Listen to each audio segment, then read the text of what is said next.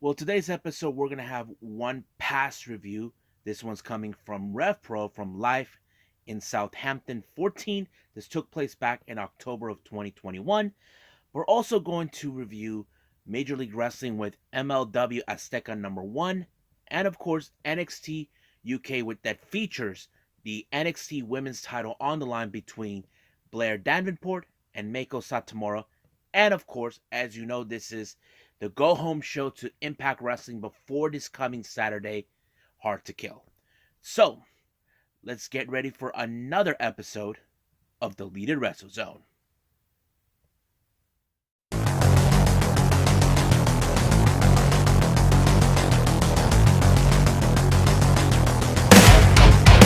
Are you ready? Get up, get up!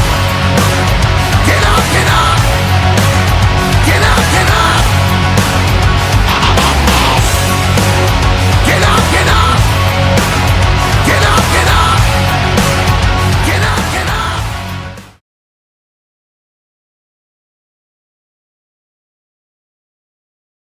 Hey everybody, welcome to the Deleted Wrestle Zone. All things that is pro wrestling with AEW, NXT, New Japan Pro Wrestling, Impact Wrestling, the National Wrestling Alliance, various promotions, wrestlers, matches, and championships. I am your host, Jay, right here. So, let's begin with RevPro with Life in Southampton 14. This took place on the 10th of October of 2021. There's a lot of things that have been taking place, especially when it came to the arrival of Ospreay and adding two members to the United Empire. First opening match, we have Mark Davis of Aussie Open, also a member of the United Empire, taking on Luke Jacobs of the Young Guns. Now, keep in mind, this rivalry has become more intensified. The Young Guns thought they were going to join, of course, the United Empire, but Will Ospreay tricked them, and it was all along, it was Aussie Open. The match was very tough. However, it was showing how much Luke Jacobs wanted to prove that they are one of the best tag teams. But however, Aussie Open, who turned coats on everything that they have believed they said that comes out of their mouths. But however, you cannot deny, as a tag team, they're also good as an individual. So Mark Davis won this match by a pinfall. Next up, we have Brandon White and, of course, the ambassador of British Wrestling, Doug Williams, taking on Sunshine Machine, TK Cooper, and Chuck Mambo. Now, keep in mind, on a previous review, these teams have already met each other. But however, Brandon White felt responsible. He felt like he messed up. Doug Williams told him, hey, get your head out of your butt. Yes, you made a mistake, but all we got to do is try again. So that's what happened. So basically, this is part 2 of their match. And this time it was Brandon White who did not screw up. He actually made the submission onto, of course, Chuck Mambo, and that was pretty much it. And he finally redeemed himself from that loss. Next up, we have Nico Angelo taking on, of course, one of the best cruiserweights in British wrestling, Robbie X. I thought this match was incredible. I think I was very much happy how this whole match was going through. I think Robbie X is one of my favorite wrestlers as in the cruiserweight division, but I will see what happens then. But it was Robbie X that pulled off an amazing victory with a pinfall, allowing himself to win. Next up is the other members of Aussie Open and Young Guns. We got Kyle Fletcher of Aussie Open / member of United Empire. And of course, Ethan Allen of the Young Guns. As you know, this rivalry between both the Aussie Open and Young Guns is escalating. I have to say, this was a very, very impressive match. But fortunately, it was Kyle Fletcher that got away with this match. Basically, he won fair and square by a pinfall. Next up, we got a non-title women's action match. We have Alex Windsor taking on the current undisputed British women's champion, Giselle Shaw. This was a very impressive match. As you know, they said that Alex Windsor has been gone for quite some time and they haven't seen her, but now she's back.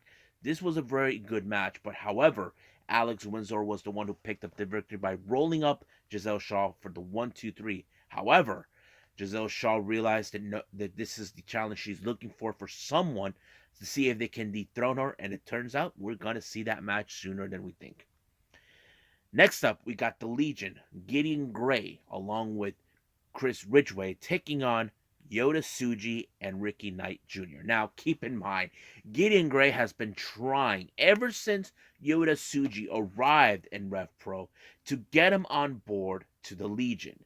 Now, for time, Tsuji hasn't said no response. Basically, he did not say yes or no. So Gideon Gray has been trying, but this match was a very fun one because the thing is, Tsuji, he's a different type of wrestler I did not expect. As you know, he wasn't the only young lion on Excursion, so is Shota Umino.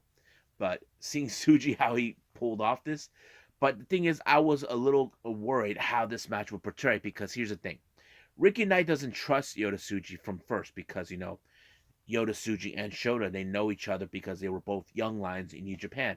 But Ricky Knight, I think, wanted to prove, okay, if you're just a friend of Shota, who's a friend of mine, let's see how we can work together. And I think it showed us a lot. But however, this was exactly what Yota Tsuji needed. He pinned Chris Ridgway. He has no clue what happened.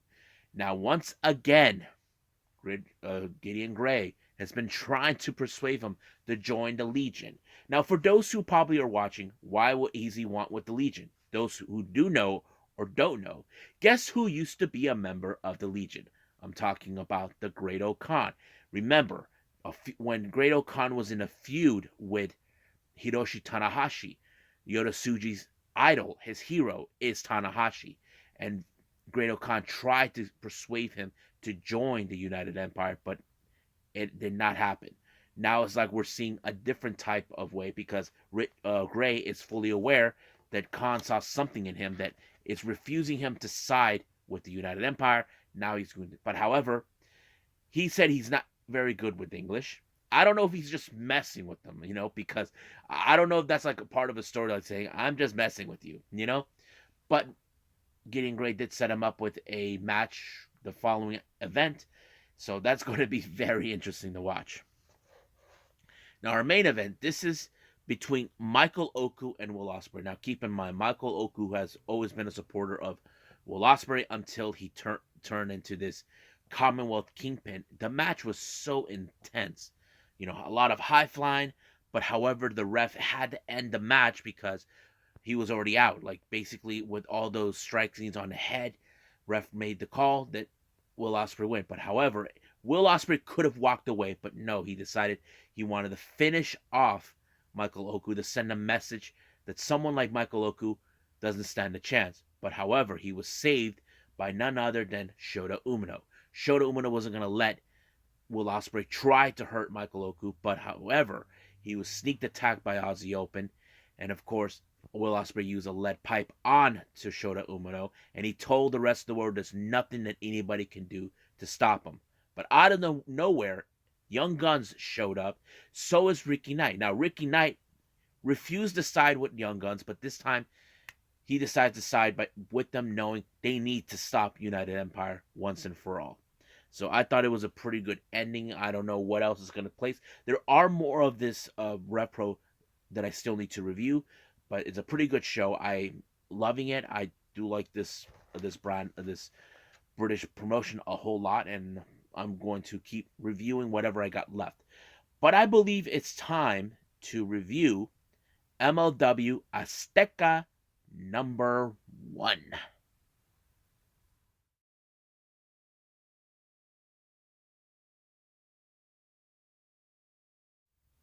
Okay, so MLW in this particular event, they went straight to Tijuana, Mexico to collaborate with the promotion known as the Crash Lucha Libre. On a note here, I actually attended one of their shows before. That was back, 2-3 years ago, and it was amazing. I enjoyed the environment. A lot of the wrestlers that were there. Uh, this one, they called it, of course, MLW Azteca number 1. I'm assuming this is one of few series that they are going to be releasing later on. I'm assuming in the next couple of weeks or so. So it opened up with Cesar Duran, of course, giving an amazing promo saying, that how much lucha libre is everything to the people of Mexico. So we all know that true because hell, I grew up watching all of that stuff. Like CML and AAA, and now the Crash. So it was fun. Now, opening match was in fact a trios competition. We have Mysticis, Destiny, and someone I mentioned on Warrior Wrestling and other times, Aramis, taking on Aries, Black Danger, and Dina Miko. I can't pronounce it right, but it was of course exact like any other type of match with lucha libre, and doing a lot of high flying, all of that. That's always been one of the things I have noticed in this particular match. But it's fun, of course. I did not expect Mysticis to be there because the person who actually portrayed that name was none other than the original what's his name? Original Sin Cara, also known as Mystico. But I don't know who's portraying this name. But yeah, it was pretty good. But it was Aramis who actually picked up the victory when he put the Three Musketeers onto Ares in order to win the match. It was pretty good victory on his part. Then we see a little interview coming from Alex Kane along with Mr. Thomas. Now I finally know who that stooge really is. So anyway, so what's going on is that apparently his plan to get rid of Calvin Techman did not work well. He got bailed out, but the real question where he is. So he thinks that, he needs to get used to the changes around here. But Calvin Techman did stated he has some big plans. Now, it wouldn't surprise me as a man who's following stories, seeing what's going on, that if Calvin Techman decided to call in for a favor, maybe someone who can help him deal with both Alex Kane and Mr. Thomas. But we'll just wait and see when that happens. But however, Alex Kane is scheduled to be wrestling later on, not in this particular show, but possibly next week against Aerostar, putting the MLW National Openweight title on the line. Now, a little segment that we just saw. This is between Cesar Duran and Catarina. So basically, we don't know what the really is going on. So they summon King Muertes. So apparently, they're looking for a sacrifice, and that sacrifice is Hammerstone and Pagano. So basically, they have set in motions. As you know, Hammerstone has no intentions of trying to align himself with Cesar Duran, but it appears that, as people say, the devil has something in store. Now, our next match, this one was a very interesting one. Richard Holiday, as you know, he's been doing these little segments with Alicia Toot. Some say, "Are you really into her?" All this other stuff. So apparently, he asked her as a favor if she can come down with him and walk him down the ring, and then she can go to hang out with the commentary team who are watching. His opponent is none other, of course, AAA's star, Psycho Clown. As you know, I'm a big fan of Psycho Clown. It was a pretty much fan, and of course, Alicia Toot called Psycho Clown that he's the one person they gotta be more careful because he's a psycho. Like, there's no doubt about that. The match was great. There was some good, amazing moments. But however, as soon as the match was getting underway, one of Cesar Duran's henchmen shows up and escorted Alicia Toot to the back. So it's still unclear what was going on. Because of this, Richard Holiday got distracted, allowing for Psycho Clown to pick up the victory, pinning him for the 1-2-3. Now, as you guys know, MLW will be heading to Dallas real soon. And of course, we all know who's in Dallas. Texas' very own Von Erichs. Now, as you know, they want a crack of the tag team titles. But however, 5150 doesn't believe that they have what it takes. They believe like, oh, just because you guys are in Texas, you should know this, boys. Where my gente is right there. So they're telling them that Texas is also run by Hispanics, and there's nothing that Von Erichs can do. But we'll see how this brutality between these two teams will come about. Now, as 5150 sends a clear message to the Von Erichs, both Ross and Marshall were back in Kauai with their father, of course, being a mentor, giving them the words of wisdom. And that's a pretty good segment. I think I like seeing whenever both Ross and Marshall always go back to Kauai, even though the family is originally from Texas. So I think they get a good, sense of, okay, getting the words of wisdom from a veteran like their dad. Now, speaking of what previously happened with Alicia Atout, Caesar Duran was in the back, and of course Richard Holiday confronted him, demanding the return of Alicia Atout. But however, it seems that Caesar Duran had something else in mind. So apparently, he was talking to the local police down there, saying that he's being brought into question. Apparently, something to do with the bar fight. Now we all know that Caesar Duran planned this whole thing. So basically, he set the whole thing in motion. However, he did told the henchman to tell Katarina the plan's in motion. So whatever it was not good. Now, speaking to what the plan was in motion, we actually had the Apocalypto match between the tag team. We have, of course, Black Taurus and King Huertas teaming up to take on Pagano and Alex Hammerstone. Man, this match was brutal in every way. Of course, anything goes. It's more like a hardcore or no holds barred street fight type of match, however you want to call it.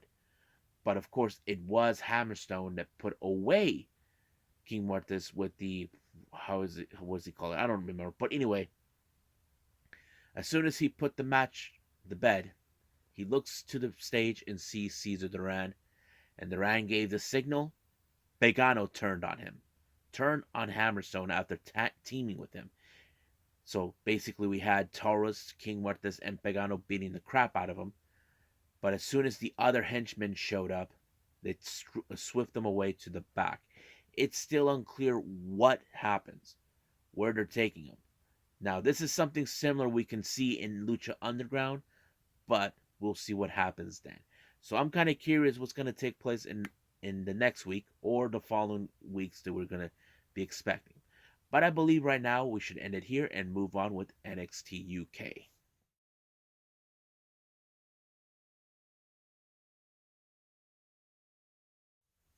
Okie dokie. So NXT UK, first show of the year, as you know, of 2022. It opened up with the NXT UK Tag Title #1 Contendership Tournament in the first round. As you know, every tag team division are now going to participate in this tournament to be the #1 contenders that take on Mustache Mountain for the titles.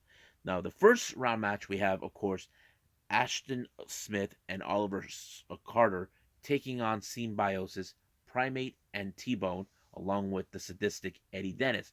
I have to say this match was pretty good in certain aspects. Now, in the back of my head, as I always did, I did not expect that this one was going to end with Smith and Carter winning. The reason is they've always been the one team that always loses. But however, I'm assuming that right now that they're getting a push since they beat Primate and T-Bone. Now, in story-wise, what does this mean for Symbiosis? They're trying desperately to gain attention to obtain these tag titles. That's something we will see. But story-wise, with Smith and Carter, they could be the ultimate underdogs in the tag tournament. That's something I would definitely will pay attention to. But we'll see what happens when we see more of the tournament round right now. Now, speaking of the tournament, Pretty Deadly are also involved in this tournament. However, they find it as a load of crap that they have to be in the tournament while they know perfectly well they can get a rematch against Mustache Mountain, which is something that they know they could do. But the last person they had to get advice from is the one person no one needs to hear their blame, the complaint, their bitching and moaning. And I'm talking about, of course, Sam Gradwell. You know how he is. He complains a lot about everything. So he's telling Pretty Deadly, stop complaining. Do something about it. If you guys don't, someone's going to do it for you. And of course, when he took off, Pretty Deadly was like, nah, we're not listening to that nuthead. So basically, they know, don't ever listen to this guy. He complains too much. So if I was Pretty Deadly, no, don't listen to the guy. I mean, as much as Pretty Deadly would love to do that, I don't think they're willing to cross the line, despite that they're heels. You know, that's the one thing I have noticed. Now, as you know, we have a #1 contenders for the NXT Heritage Cup. Or should I say NXT UK Heritage Cup. And once again, Noam Dar and Shaw Samuels. They're saying that there's going to be 11-1 for Noam Dar to win. Now, I don't know where they come up with this math, because the person who Noam Dar will be challenged is the one person he couldn't beat the last time, and that person is the Spanish sensation Aiken. Now, as you know, in previous times, Noam Dar did challenge for the Heritage Cup, but he failed. But can Noam Dar succeed where he couldn't do? Or, of course, we know he'll have his lab monkey being by his side, the one who claims that no one knows what British wrestling is all about. We'll see about that. Now, speaking more against about the tag team tournament that we have, De Familia sends a direct message to the tag team division, but not only just them, to the one team that they believe they're not a real family. I'm talking about Gallus Boys. So they send a direct message that, you know, you're never going to make it.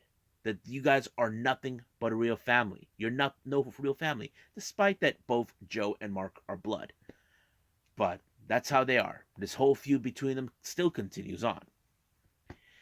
Now, our next match, we have women's action. We got Myra Grace taking on Zaya Brookside. As you know, Zaya Brookside has turned heel, complaining that she's not getting better opportunities and whatnot. So basically, that's what she's been doing. However, she throwing a new aggressiveness. Myra Grace did able to fight back, but it wasn't enough until Zaya Brookside pinned her for the 1-2-3. But the real question is, how long will it take until we see her? She could get another opportunity for the NXT UK Women's title. Now, again, speaking more on the tag tournament, Dave Mastiff and Jake Stars, as you guys know, they're also in the tournament. Now, Jake questions Dave Mastiff, you're never happy. So he has a certain look as a happy guy because these two guys are involved in a tournament, in a tag tournament. So I see them, they could be one of those potential wrestlers because A, they have a sort of uniqueness. Dave Mastiff has played mentor for Jake Stars for quite some time. So it could be one of those cases where we see the student and the teacher could win it. But there's a lot of potential winners to be in this tournament. Now, as you guys know, the French Hope Amel set up a good video, and now people are siding with her, giving her hope and everything else. She did get praise from this one person. I forgot her name. But apparently Ginny thinks she's full of it, that all this Sting motivation is a waste of time. And then Stevie Turner agrees with Ginny. But Amel yelled at her face in French. Now, I don't know what she said in French. I don't even understand French. So we'll see what happens then. Now, our main event is, of course, is the NXT UK Women's Championship between Blair Davenport and the final boss, Meiko Satomura. Now, keep in mind, this match was sort of been set for weeks now. As you know, Davenport, ever since she first arrived, she has been very dominant. She has been very aggressive towards everybody in the backstage. And not to mention, she even defeated Meiko Satomura's protege, Amelia McKenzie. So now she gets a clear view against Meiko Satomura. Basically, Meiko had to deal with a new type of breed of wrestler that Blair Davenport is. As you know, she gave her like a DDT right in outside the ring and all this other things. She tried to choke her to lower her oxygen, but however, it was until Meiko Satomura overturned it and ended with the scorpion, the final scorpion sting, or whatever she calls that one kick that she does every single time. And that allowed her to retain the title when she pinned her for the 1-2-3. However, instead of celebrating Meiko Satomura's retainment of the title, Blair Davenport being disrespectful and attacked her. So basically, this thing between them is far, far from over. Now, from the way I see it, she looks more like she's going back to the drawing board. But the real question is, when will we see these two come across each other? That is a question that we just gotta wait and see until we get back to that. But I believe right now, I think that's pretty much it that took place in NXT UK. And now I think it's time for the final go-home show in Impact Wrestling.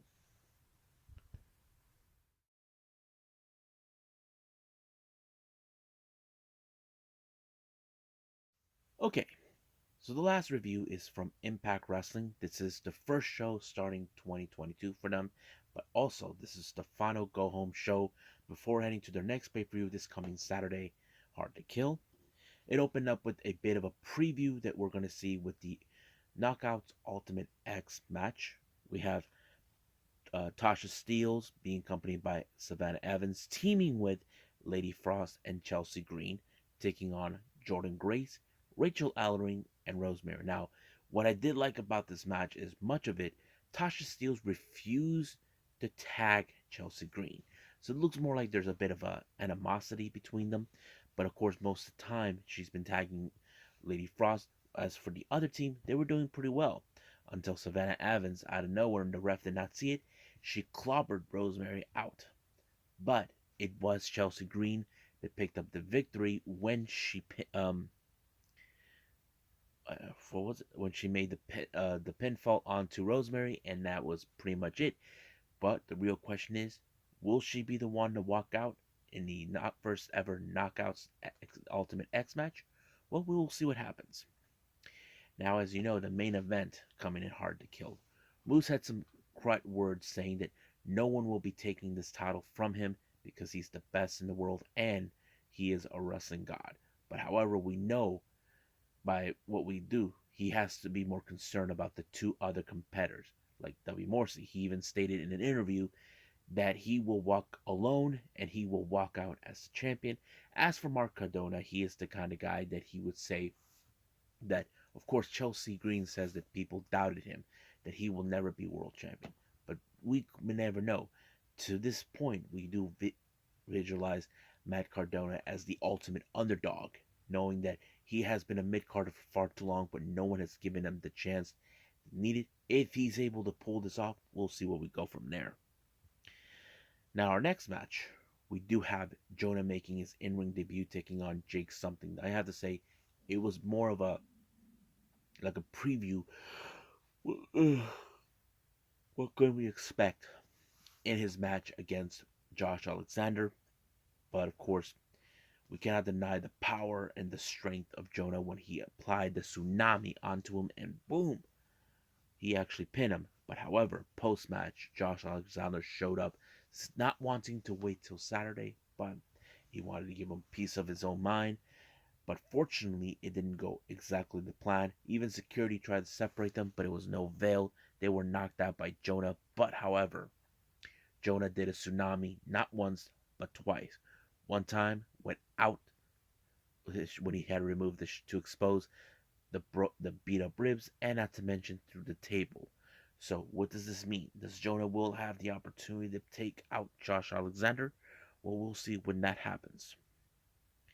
Now, we also got an interesting debut, as you know, not too long ago. Impact Wrestling signed for the Knockouts division Masha Slamovich. It happened like right after a pay per view or whatever it was. Masha actually received a contract with them, all courtesy of Gail Kim. However, we haven't seen her since then, but now this was the ring debut of her. I have to say it was great. Her opponent was Sandra Moon from Future Stars of Wrestling, but she played like that hardcore villain type, in this particular match, and it was pretty fine. But we know she'll do some good things once they put her in a nice push position that they can put in. Now, as you know, Steve Macklin has been complaining how he believes that Trey Miguel will walk out with nothing, as he will be undefeated, then no one will be able to submit it, and he claims Gail Kim made the biggest mistake of her life by booking this match between Trey Miguel and him for the X Division. But however, Gail Kim told him a little sad story. It told him that half of the deal was that if Steve Macklin does not beat Trey Miguel, he will not get another title shot as long as Trey Miguel is the champion. So basically, he now realized everything's at stake. Now, we had our next match involving Deonna Purrazzo versus Mercedes Martinez, but Mickie James made it a beeline to of course, the commentary team. Watching this match, you can see much of this entire match between Deonna Purrazzo and Mickie James. She was been dominant, But however, Deonna Purrazzo was focusing on Mickey James, trying to show her that she will reclaim what is rightfully hers, which is the Knockouts title, which she did when she applied the double arm lock until Mercedes Martinez had no other choice but to tap out. But however, Mickey James decided to get in her head. As you know, there's a no contact clause. That means that she cannot touch her until their match.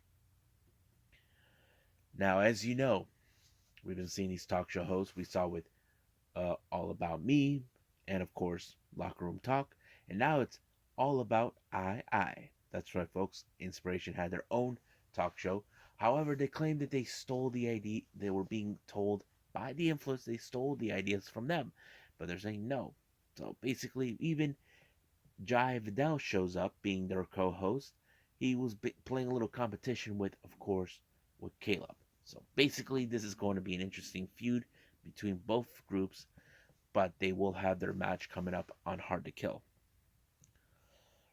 Now we see an interesting tag match. We have Madman Fulton and Ace Austin, who we haven't seen for quite some time, make their return, but now they displayed a new attitude, and they were able to defeat Hernandez and, of course, Johnny Swinger. But however, post match, they took out Hernandez while Swinger ran to the hills like a coward. So basically, this is going to be a very interesting thing with Ace Austin and Madman Fulton now being a much much of a vicious tag team that we are expecting.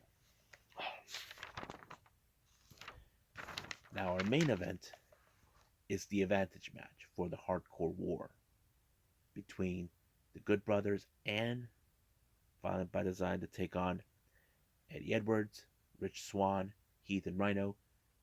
At first, we saw both sides had their seconds, but Rev kicked them both out.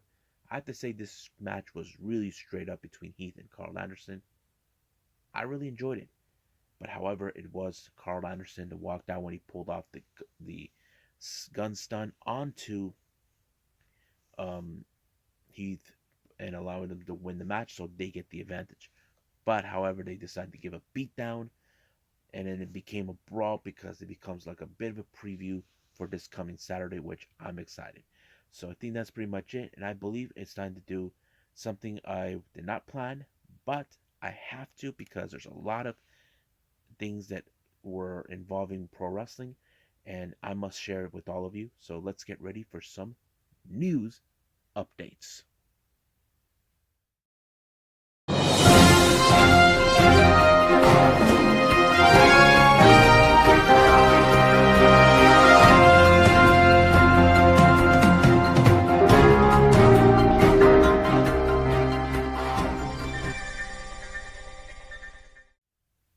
Okay, welcome to the news updates here.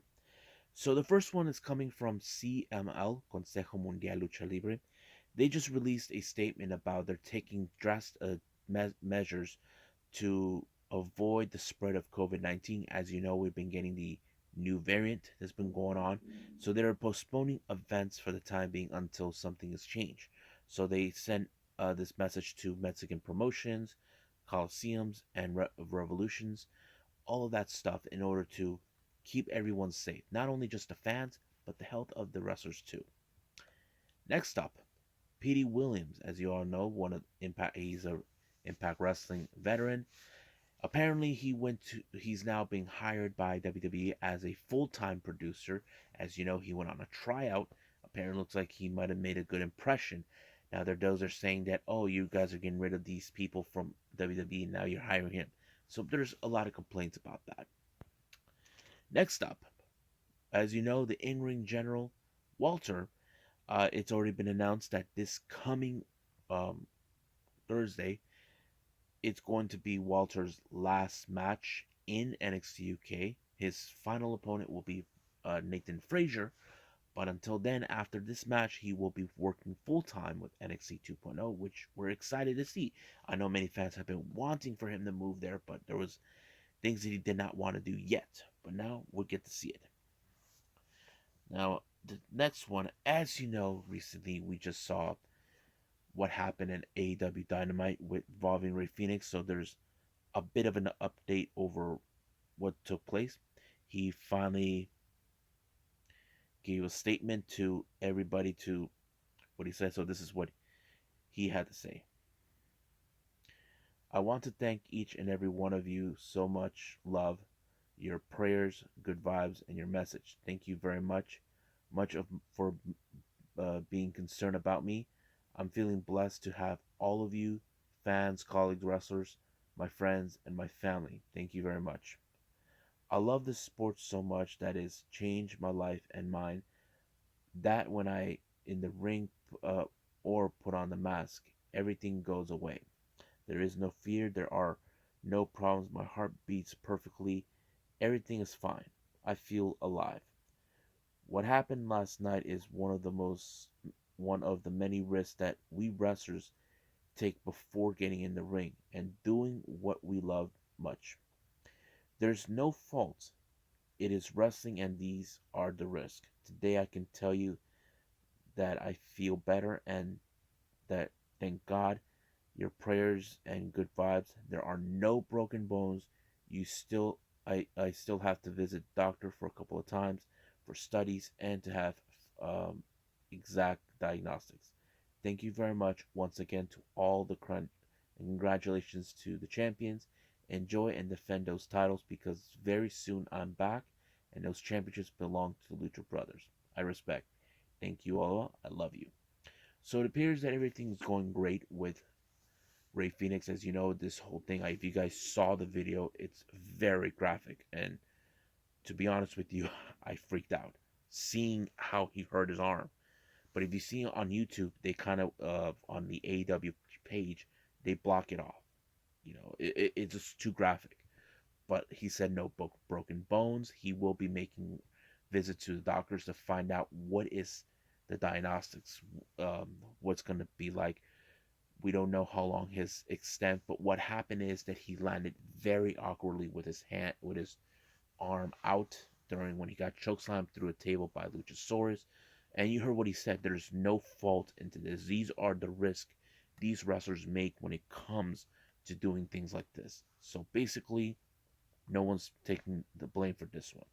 So, but if you plan to do that to Luchasaurus, you guys better keep your mouth shut because we don't want that.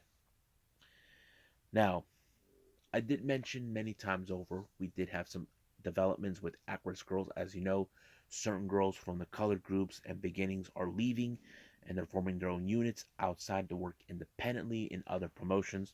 Recently, they just announced that wrestler Me just had her last match on the 13th of December of last year in Corrigan Hall. But however, the latest news just came around on December 31st of 2021, which was the last year of 2021, has announced that she is retired from pro wrestling, but she will be making participations with At Ring in the future. So that means that she probably will be involved in the promotion, but not as a wrestler, but possibly a manager. Who knows what?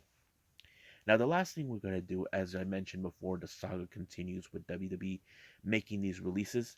Apparently, two more have been announced. One is Gabe Scapoli. Now, if you guys know Gabe Scapoli, he has worked with WWE for many years. And he also started the promotion Evolve until it was bought by WWE. So basically, what's going on is he's released, but however, he wasn't the last. The next one is Samoa Joe. Now, surprisingly, this is the second time Samoa Joe was released. Last time they rehired him, and all of this was like, what the hell? But this time, for sure, is what they're saying that he was released. It's already been confirmed by Fightful Select because they have done a great job reporting what's been going on. So I know many fans are saying we could see Samoa Joe somewhere else. As for Gabe Scapoli, I don't know. I just don't know exactly what's going to be. So I think that's pretty much what we got now for news updates. But I think it's time to call it a day. Well, I hope you guys enjoyed me reviewing these wrestling shows. Coming up, we got two new Japanese wrestling promotions, or should I say, one is an actual promotion, one is a freelance show that happened on the 3rd and 4th. The first one is coming from Kushu Pro Wrestling, which is for the Kushu RevPro Tokyo launch battle that took place on the 3rd. The next one is the Gake no Fuji Yoshi Pro Wrestling for the Clockwork Gate no Fuji. This is a very interesting one. This is the event where, of course, the unit known as Prominence are involved in a Gake no Fuji versus Prominence. This took place on the 4th of January, which ironically was the day one of Wrestle Kingdom, which I'm very happy. I can't wait to review all of this for all of you. And of course, we got AEW Rampage and 205 Live. So I'm excited for these, but I will be reviewing the Japanese shows first, and then after that, Rampage and 205 Live. And I believe that's pretty much it, what I got for all of you. So stay tuned for the next episode. But for now, I'll see you guys in the next DWZ time. Same DWZ channel. I must bid all of you adieu. So, goodbye. Mwah. And have a nice day. Bang.